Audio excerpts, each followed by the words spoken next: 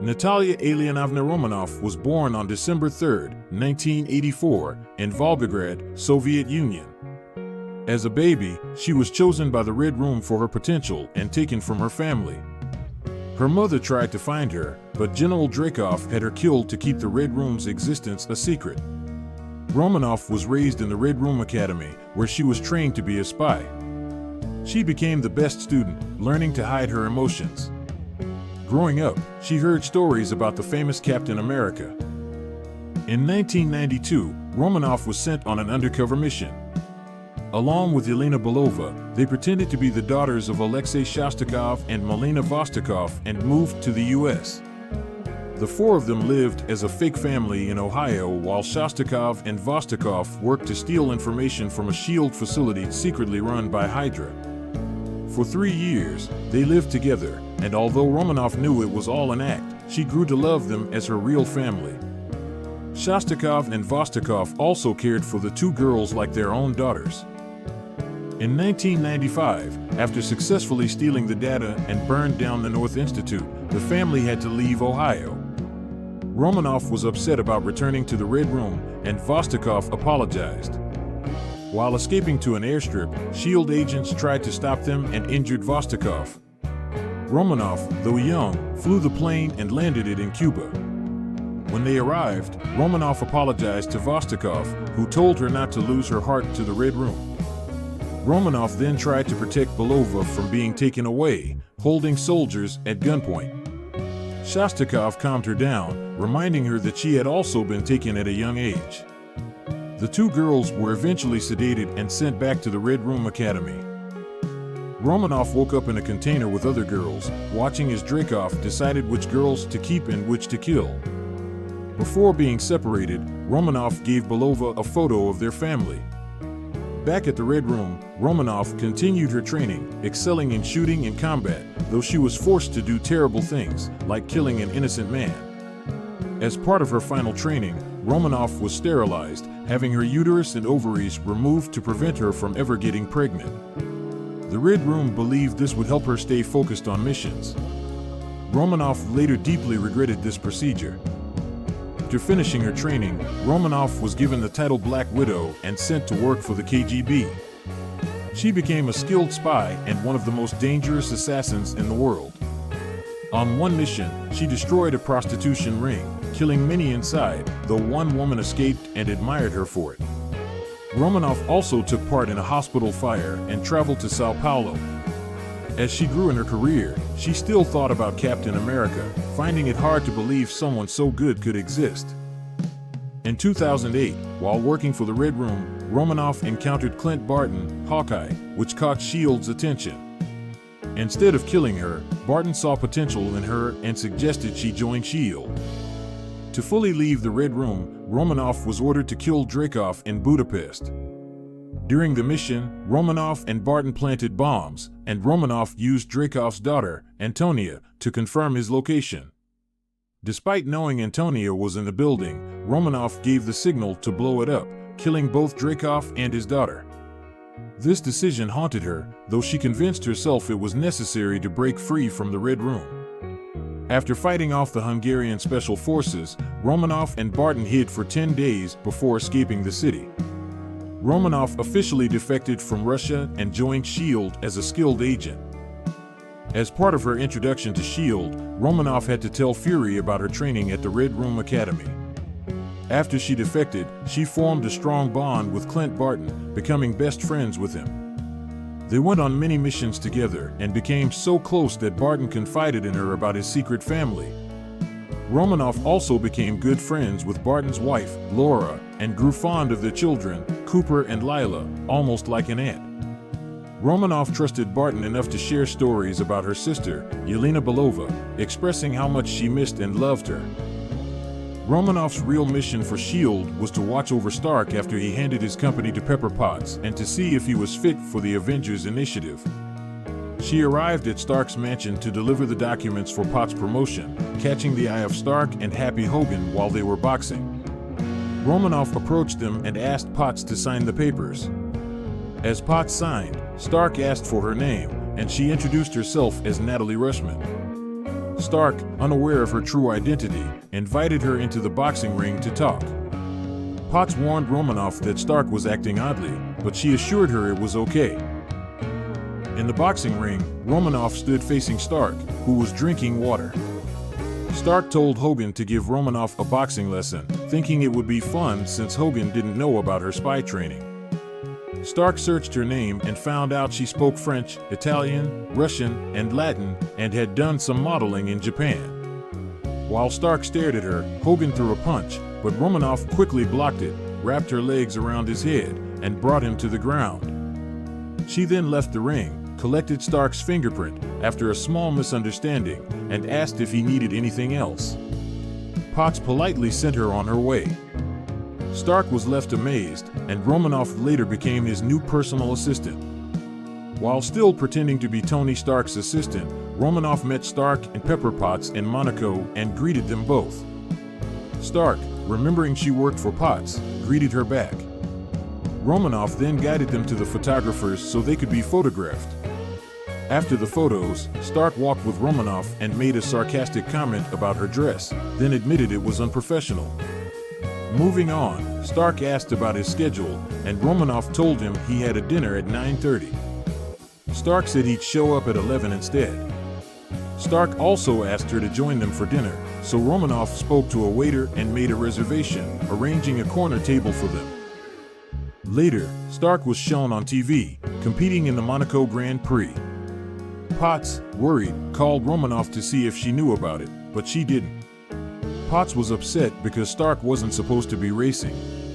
To stop him, Potts asked Romanoff to get Happy Hogan so they could prevent Stark from racing.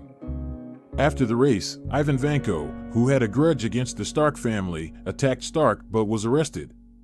Back at Stark's mansion, Romanoff and Potts had to deal with the media chaos. One evening, while Stark was checking the worsening condition of the arc reactor in his chest, Romanoff entered his room. She asked which watch he wanted to wear to his birthday party, and Stark said he'd look at them in a minute. They discussed whether Stark should cancel the party, as Romanoff thought it was not the right time to celebrate after nearly being killed by Vanko. Romanoff then gave Stark a martini and a selection of watches. Stark chose his watch and asked Romanoff to cover up the bruises he got from the fight. As Romanoff applied concealer to his wounds, Stark commented that she was mysterious and hard to figure out. He tried to get her to reveal where she was from, but Romanoff, hiding her past as a trained assassin and undercover S.H.I.E.L.D. agent, dodged the question and continued to cover his bruises. Stark then asked her what she would do if it were her last birthday. Romanoff, in a rare moment of honesty, said she would do whatever she wanted with whoever she wanted. After leaving him to think about that, Stark got drunk and flirted with Romanoff. He showed her how to use his Mark IV gauntlet to blast an ice sculpture. James Rhodes, angry with Stark's behavior, took the Iron Man Mark II armor and fought with Stark, which led to all the guests leaving the party. During the fight, Romanoff met Potts, who told her she felt something had been off with Stark since Romanoff arrived. As the fight between Stark and Rhodes reached the living room, Romanoff and Potts had to evaluate the mansion along with the other guests.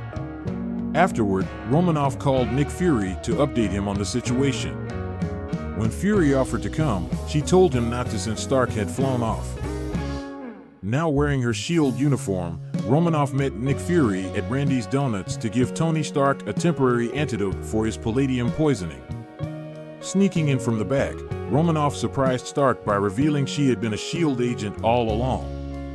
Stark, shocked that she had lied to him, took off his sunglasses and said she was fired, but Romanoff made it clear that it wasn't his decision. Fury introduced her, explaining that her real name wasn't Natalie Rushman and that Fury had assigned her to watch over Stark. Romanoff then gave Stark a shot of lithium dioxide, which she explained would delay the radiation poisoning from the arc reactor in his chest, giving him time to find a cure. Later, Romanoff went to Stark's mansion with Fury and Phil Coulson. Fury told her she would stay undercover as Stark's assistant at Stark Industries. At Stark Industries headquarters, Romanoff walked into Pepper Potts' office while Stark was there. She asked Potts to sign a form, then stayed behind to help Stark with his personal belongings. After Potts left, Stark questioned Romanoff, amazed by her skills.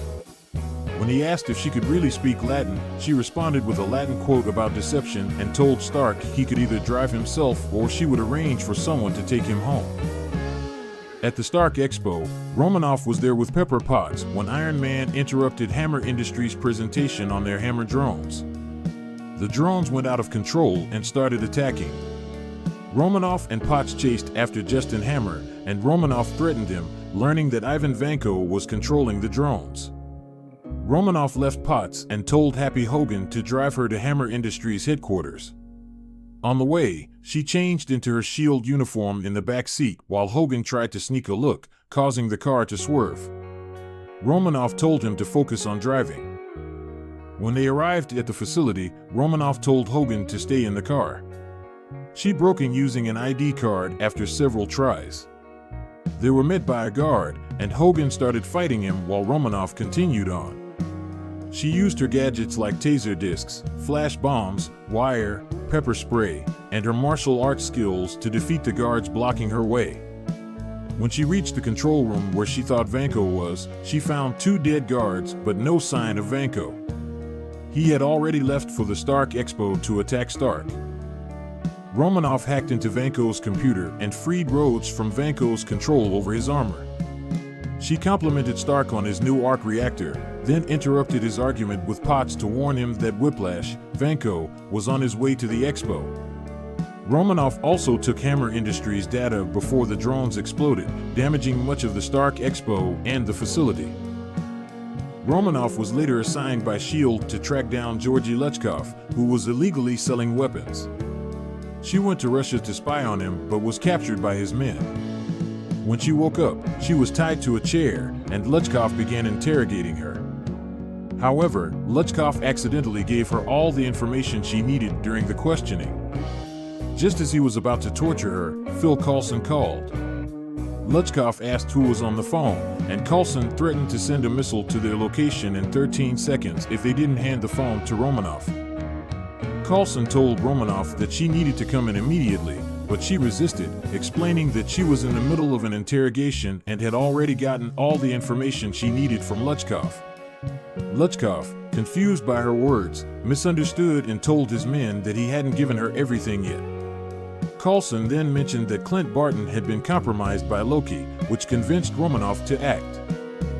Romanoff quickly freed herself and defeated Luchkov and his men. Afterward, Coulson told her that Barton was missing and instructed her to recruit the big guy. Romanoff initially thought he meant Tony Stark, but Coulson clarified he was talking about Bruce Banner. Romanoff then grabbed her shoes and left to find Banner and recruit him for the Avengers. Romanoff traveled to Bruce Banner's secret location in Kolkata, India. She used the child to lure him into an empty house by pretending her father was sick. When the girl escaped through the window, Banner realized it was a setup. Romanoff appeared, dressed in traditional Indian clothing, and told him he had chosen a good place to hide. Surprised, Banner asked if agencies used children for these traps.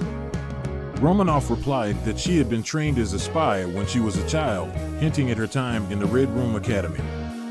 She told Banner it was just the 2 of them, but in reality, S.H.I.E.L.D. agents were outside, ready to act if Banner refused to cooperate or transformed into the Hulk. Banner asked if Romanoff was sent to kill him, and she assured him she wasn't and was working for S.H.I.E.L.D. When he asked how they found him, she reminded him that they had always been keeping an eye on him. She explained that Nick Fury wanted to recruit him for a mission. When Banner asked what would happen if he refused, she promised to convince him to join. Romanoff mentioned the Tesseract and said they needed his help to track it using its weak gamma radiation signal. Banner, thinking they wanted the Hulk, was relieved when she said Fury didn't mention Hulk at all. However, when Banner got angry, Romanoff quickly pointed a gun at him, but Banner calmed down and said he was just testing her reaction. After realizing he wasn't a threat, Romanoff called off the agents and convinced Banner to join her. Romanoff brought Banner to the Helicarrier to help locate the Tesseract. Phil Coulson introduced him to Steve Rogers, Captain America, and the 2 had an awkward conversation. Romanoff explained that Coulson was a big fan of Rogers and even had vintage trading cards of him. As the Helicarrier lifted into the air, Romanoff suggested they move inside since it would be hard to breathe outside. Inside, Romanoff worked with Nick Fury and other S.H.I.E.L.D. agents to track down Clint Barton, who was missing. They were using technology to locate him, but Romanoff warned that they might not find him in time to stop Loki's plan. Under Fury's orders, Romanoff showed Banner to his lab on the Helicarrier, telling him that S.H.I.E.L.D. had advanced equipment for him to use. Soon after, S.H.I.E.L.D. located Loki in Stuttgart, Germany, and Romanoff flew there with Steve Rogers. As Captain America fought Loki, Romanoff tried to shoot Loki, but he used magic to create illusions of himself. Just then, Iron Man showed up, playing loud music, and helped them capture Loki. They took Loki back to the Helicarrier, but on the way, a lightning storm hit, and Thor suddenly appeared, taking Loki with him. Romanoff asked if Thor was another Asgardian, and Iron Man flew off to bring Loki back, with Captain America joining him despite Romanoff warning him that Thor and Loki were like gods.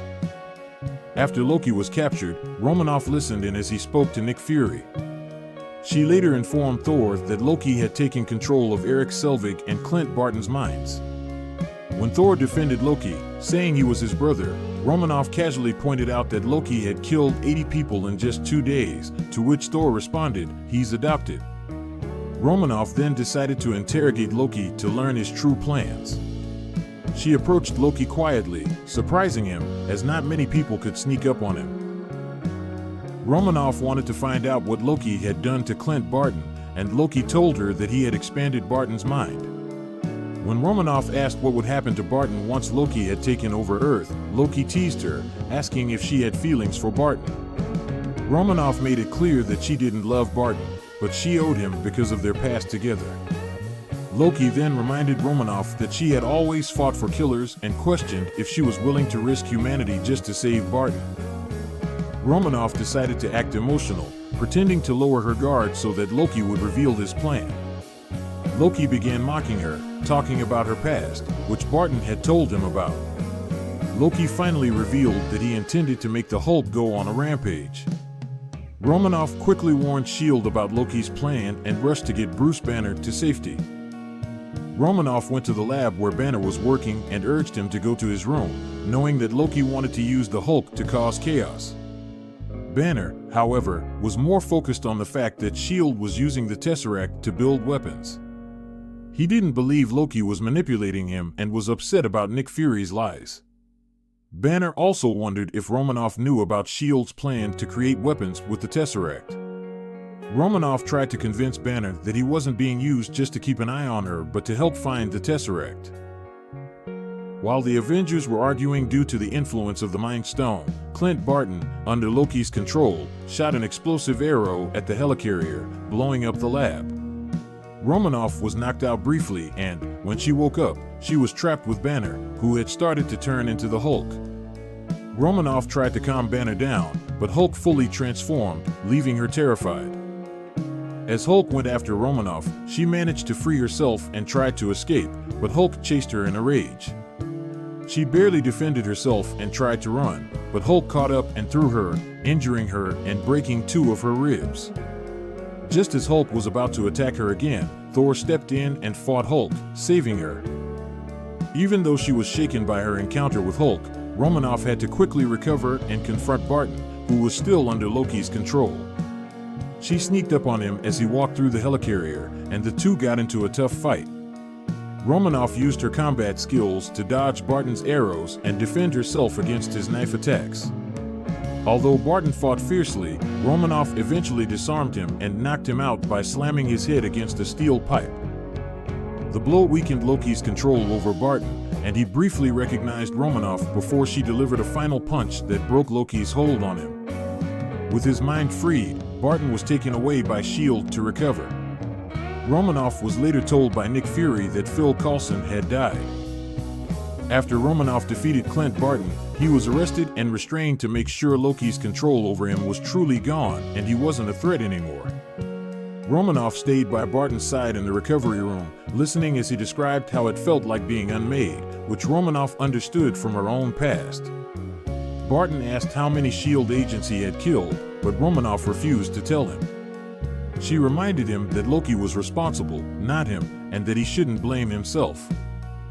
Captain America then showed up and asked Romanoff if she could fly a Quinjet, but Barton spoke up and said he could do it. After Romanoff gave him a nod of approval, Captain America agreed to let Barton join their mission. Even though Romanoff was a spy, not a soldier, she was ready to fight alongside the Avengers and face Loki and his Chitauri army.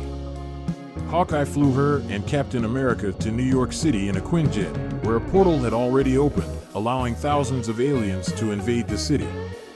Loki shot down their Quinjet, and they fought the alien soldiers on the ground until the rest of the Avengers arrived. Romanoff and Hawkeye fought the Chitauri together.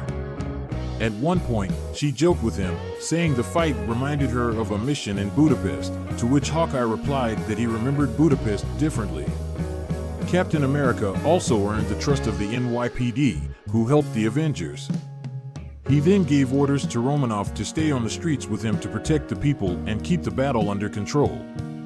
Romanoff used all her weapons and fighting skills to defeat the Chitauri soldiers, but eventually, she became exhausted. She asked Captain America to give her a boost so she could fight from the Chitauri ships. Realizing that keeping the battle on the ground was no longer effective, Romanoff stole one of the Chitauri's flying chariots and flew it to Stark Tower, where the portal was located. Loki chased her, but Hawkeye shot him down, allowing her to reach Stark Tower safely. There, she met Erik Selvig, who had just come out of Loki's mind control. Selvig, horrified by what he had done, was reassured by Romanoff that it wasn't his fault. She then asked him how to close the portal. Selvig explained that they would need Loki's scepter to break the energy shield around the portal. Romanoff retrieved the scepter and prepared to shut the portal down. Meanwhile, the World Security Council launched a nuclear missile aimed at New York City to end the invasion. Iron Man intercepted the missile and flew it through the portal, delivering it to the Chitauri's command center, which destroyed their base. Romanoff and Selvig then used the scepter to close the portal, just as Iron Man fell back to Earth and landed on the streets below, ending the invasion. After the battle, the Avengers gathered at the top of Stark Tower, where Loki, who had been thrown around by Hulk, lay defeated. While Romanoff held the scepter, the others armed themselves with their weapons, Barton with his bow and arrows, Captain America with his shield, Iron Man with his repulsors, and Thor with his hammer, Mjolnir. Loki, finally accepting his defeat, asked for the drink Tony Stark had offered him earlier. Once the battle was over, a group of strike agents, led by Alexander Pierce, arrived at Stark Tower to retrieve the scepter. Brock Rumlow and Jasper Sidwell came to take it, and Romanoff warned them to be careful since the weapon had the power to erase minds. Both agents promised to handle it with caution. With Loki now captured, Romanoff and Barton decided to rest at Stark Tower. Later, the Avengers took a break at a shawarma restaurant, only to be interrupted by War Machine, who arrived too late to help in the fight. The next day, the Avengers gathered in Central Park to send Thor, along with Loki and the Tesseract, back to Asgard. While Loki was in chains, Romanoff whispered something to Barton about Loki's punishment, making him smile. When the team went their separate ways, Romanoff left with Barton in a shield car.